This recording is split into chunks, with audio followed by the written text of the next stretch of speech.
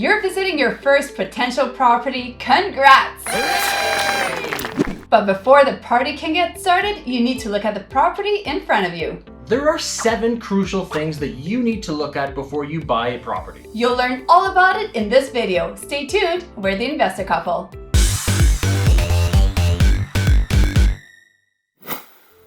I'm Mel. And I'm Dave. And we're the Investor Couple.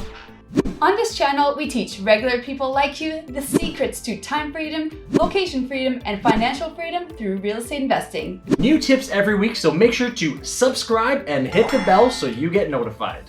So you got the chance to look at a property and all the financial aspects make sense. Now you're wondering, what do I need to look at for inspection? Wait. Make sure to stay right till the end for the last tip that most investors oversee. Let's get started. The first thing you want to look out for is structure. Specifically, cracks in the walls. This can be a hint that there might be underlying foundation issues. Now, if you see this, it's time to call in the professionals. Get them to take a look, identify what the issue could be, and most importantly, give you an estimate of what it'll cost to fix this problem. Foundation problems is bigger than just the structure itself, okay? Think of this. If there is foundation issues, now you might have water that could be coming into your building. So it just starts adding and compounding issues to your overall building, which will affect your overall cash flow. This may be a huge cost for you, so you absolutely have to make sure to do your due diligence. Where could the water get into the building? And most importantly, how much is it gonna cost you? Yeah, Mel, remember we've had a couple of issues with this. Yes, we did. And it's a pretty easy solution. I have 2 examples for you. The first one, we purchased a building and it looked like there was water getting into the basement. So we went outside and guess what? No eaves troughs. Yes, so that was an easy solution. It was an easy fix. It did not cost a lot of money. So we got it fixed and no more issues. And the second example is it was actually the neighbor's building. Yes. They had eaves troughs and so did we. But their eaves troughs were pointed towards our building and the grading was actually working against us. So in that case, we had the conversation with the neighbor and he agreed to work with us and he moved it. This is an example of an easy fix, but there's also some things that is going to be a much more difficult fix. Like I'm thinking there's some stone foundations that are hard to be watertight. There's other things too, you might need to redo the weeping tiles.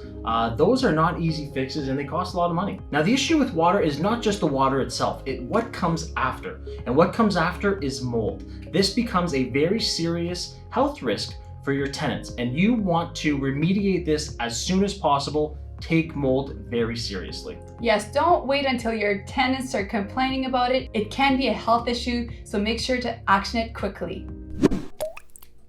Do you hear that? No? Sounds like running water. Oh no! Let's discuss plumbing. How serious can plumbing really be and should you really worry about inspecting it? The way we look at plumbing is there's the small stuff and then there's the big stuff. Let's start off with the small stuff. So what we like to do, we love walking around the units, turning on the taps, flushing the toilets, and making sure that everything is working properly. So make sure to check the taps and flush the toilets. A leaking tap or leaking toilet can cost you unnecessary repairs down the road, so why not get ahead of it? And the nice thing about it is that it's an easy fix as well. Now, the big stuff. When you're looking at the building, make sure to go check out the stack. If you see that it's an old cast iron stack, start thinking about replacing it. Now, this will not be cheap. So this is the kind of big stuff you need to look at to see what your plumbing issues will be down the road. This is a perfect example. Look, this is the old cast iron and this is the newer stuff here. So you don't want any of this stuff, replace it. If you're not sure how to detect faulty plumbing yourself, you may want to invest in a plumber so they can make sure to fully investigate. Who called the plumber? As you're going through the inspection, make sure to look at the electrical. Now, is this something I can do myself? We've been fooled with this before. We used to think, it's not that important. Yes, it is. And it's not even just the fact that you need certain ampage, you need certain wiring and all this. It's the fact that some insurance companies, if you don't do due diligence, they might drop you. And what do I mean by this? If you have knob and tube, insurance companies want that gone. If you have aluminum, they also might want that gone.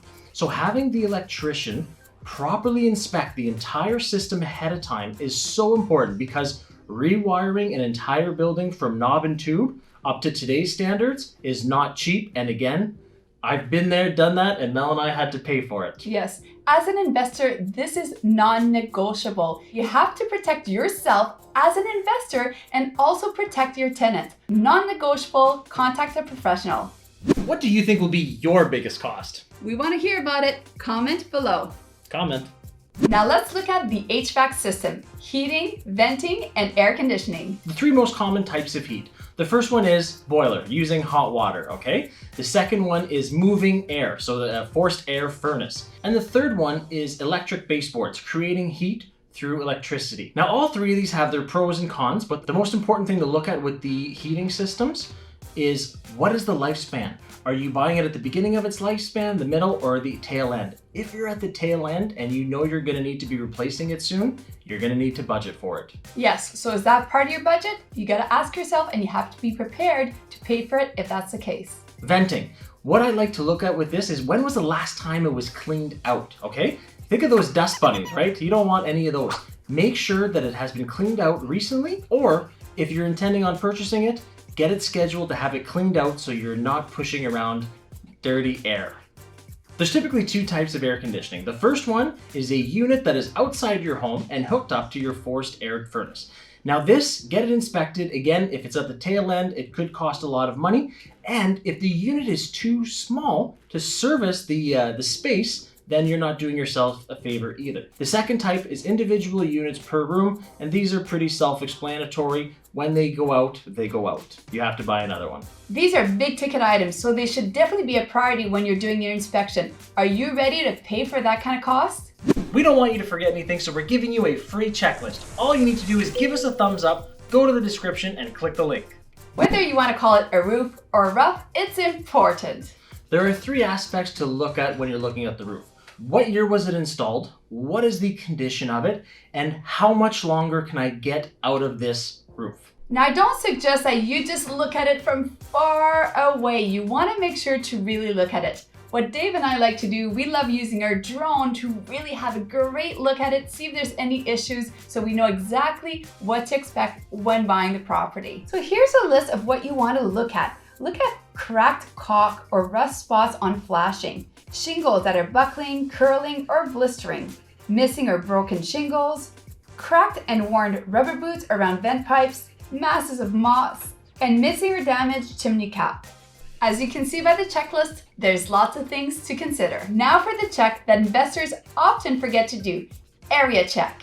Let's dive into this overlooked aspect. When we're looking at areas, we will actually call our insurance provider and we'll ask, has there been sewer backups in this area? Some areas will have more sewer backups than others, and your insurance premiums will actually be more expensive due to this. Another thing to think about is, are you purchasing in an area that's known to flood? This is something, again, that your insurance providers will charge you a premium due to the fact that it has a history of doing this. Now, pro tip here, make sure to speak with your neighbors because quite often they're willing to share with you. You definitely don't want to get ripped off as a new investor, so make sure to watch this next video. I'm Mel. And I'm Dave. And we'll see you there.